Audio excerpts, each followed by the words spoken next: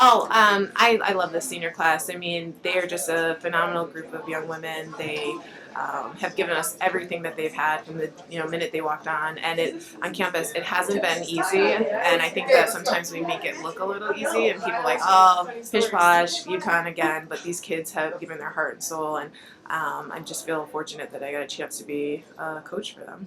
Has it impacted you in any way as a coach?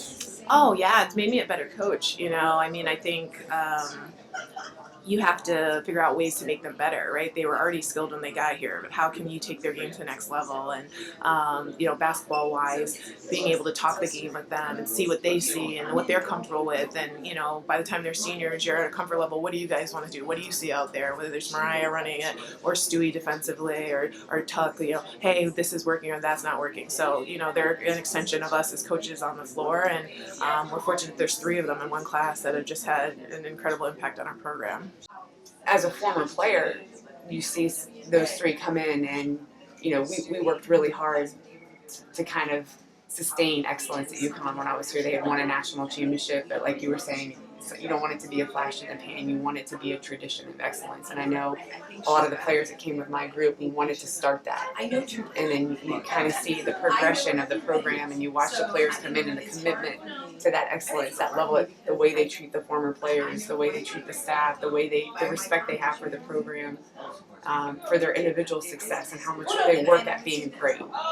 It's like, you can't thank them enough as a player and as a staff member that they take so much pride in the program that you tried to help pave the way for. You know what I mean? So as a former player, that means everything. But I just have so much respect for them and what they've accomplished here, and how hard it is to do, how much pressure they're under every day to be perfect and to be excellent. And they've really relished in it. I mean, they just, it seems like they get better every day, and they have more fun every day. And I know I'm repeating myself, I sound like a broken record, but I don't think people understand how hard that is, how hard it is to do what they're doing every day, because they make it look so easy, but it is not easy, because if it was, it'd be happening all the time. This is the first time in history.